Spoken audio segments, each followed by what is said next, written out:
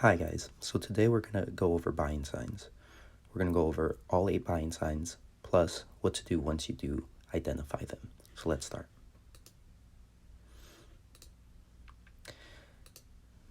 First one is I need, I want. Now I like this one because this is probably the easiest buying sign not only to identify, but it's one of the easiest to meet, right? If a customer tells you, hey, I need a new chair because mine's broken, it's easy to go ahead and answer that concern. So I need, I want, pretty straightforward. Let's move on. Very similar to this one, how much?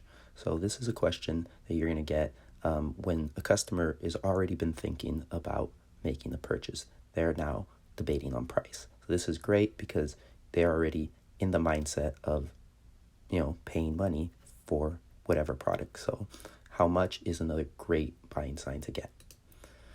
Deeper questions, very similar. So this could be anything along the lines of things about quill, things about product, how long will the warranty last, how many sheets come in a roll of toilet paper, just more questions about the product. This shows interest by the customer. Future talk, similar to deeper questions, but also not exactly the same. Now, this is all dictated by things the customer may be getting in the future or experiences they'll have in the future. Questions like, hey, is shipping always free, right? When will I get my quill cash if I order?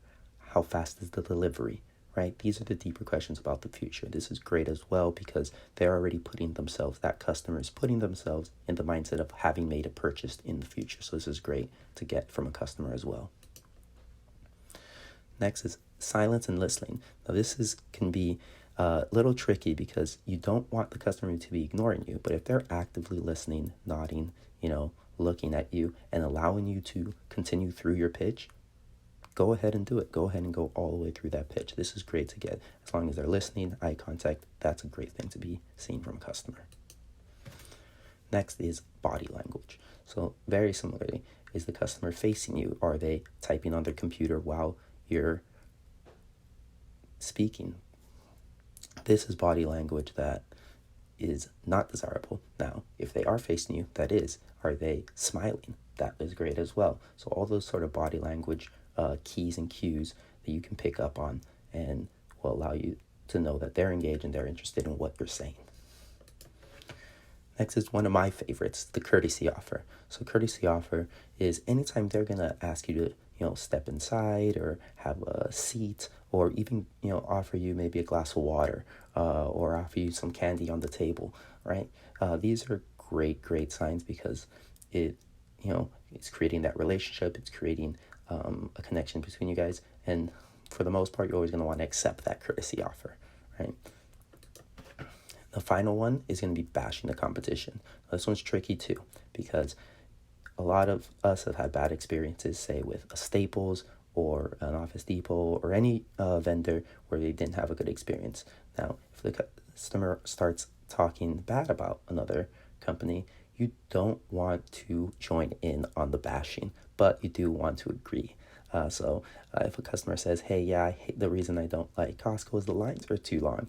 Now, I'm not going to say, hey, yeah, they're the worst, but I'm going to go, man, I understand that the lines are long. Luckily, we're going to deliver right to your door, right? So you want to agree, but not bash the competition yourself. So there you have it, the 8 buying signs, right? So now you're telling me, what do I do once I identify one of these? What do I do once I see it?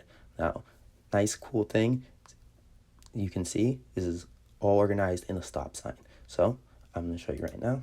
We're going to use the SACS principle, right? It's an acronym, and very obviously the first letter on that SACS principle is the word stop. So you're going to want to stop your pitch, right? Stop where you are in your pitch. If I'm getting a buying side such as how much is a case of paper, I'm not going to continue my pitch with we're all warehouse based, fast free delivery generally next day. No, I'm going to stop my pitch and listen, right? And then after I'm doing that, I'm going to answer. I'm going to answer the question. So how much is a case of paper? Well, it depends. We can get it as low as $26.39 for you today. How many do you typically buy at a time, right? So then I'm going to answer, right? And then I kind of move forward a little bit there to the close. How many do you usually buy? So once I answer their concern, answer their question, and address that buying sign, I'm going to close on that item or on that thing that they have mentioned. So in the previous example of the case of paper, yeah, how many do you typically buy at a time? We have packs of 4, 10, and 40. Which would you prefer, right? So now I'm going to close on that. And once I said that last line, which would you prefer? That's my closing line. So the most important thing, once that is said, is our last S. Shut up. So you want to shut up. You don't want to continue speaking once you go for that close. The reason for this is you want the customer to have the time to think, to process, to realize that they do want to go ahead and purchase. If you interrupt that thought process, you're going to typically get the default answer of, hey, I need to think about it. Hey, you know what, why don't you come back? So you want to allow the customer to have that time to process and think. Basically, whoever talks first is going to lose. So wait for the customer to think, the process. A lot of times you're going to get either another buying sign or you're going to get a yes. So this is the 8 buying signs and what to do once you get them.